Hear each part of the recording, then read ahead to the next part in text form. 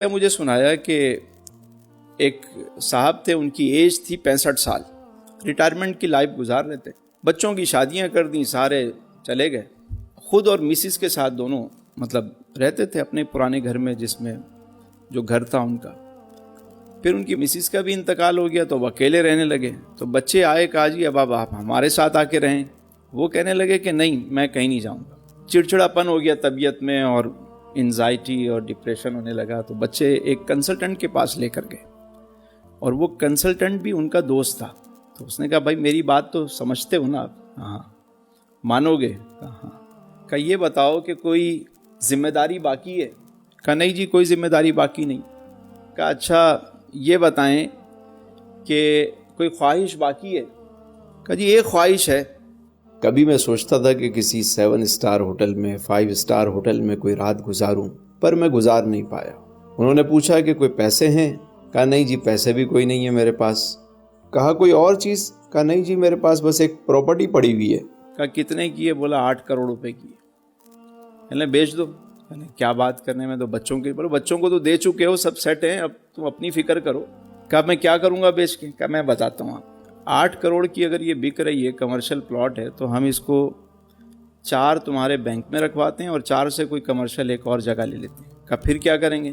کہا میں آپ کو 5 اسٹار ہوٹل میں شفٹ کرواتا ہوں۔ کہنے اچھا، کہنے دیکھ لیں بھائی، کوئی بات نہیں۔ 10,000 روپے پر ڈے پر ان کو لے گئے وہ۔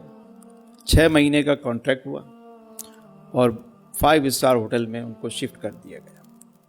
4 کروڑ روپے ان کے جو ہے انہوں نے ڈالے بینک میں، اور 4 کی کوئی سے پراپرٹی لے لی، دکان وغیرہ لے لی کمرشل۔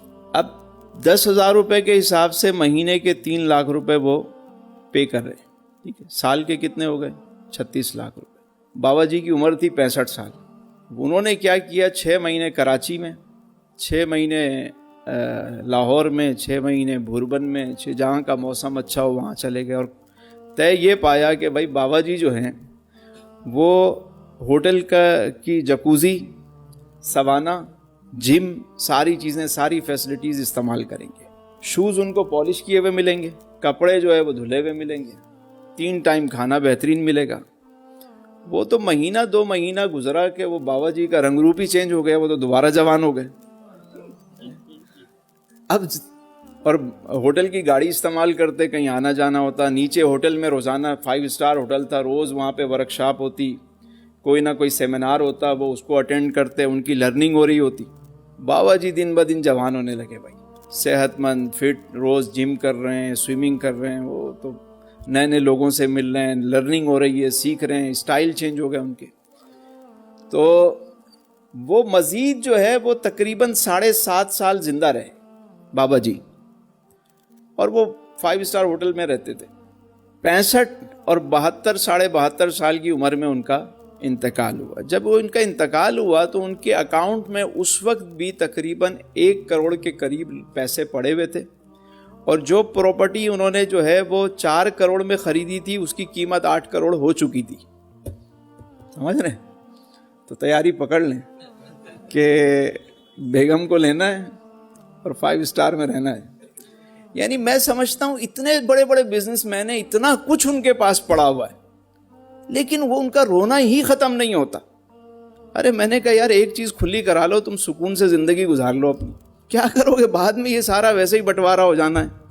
مرنے والا وہ واحد شخص ہے جس کا اپنی وراثت میں کوئی حصہ نہیں ہے، سب بانٹ دیا جاتا ہے۔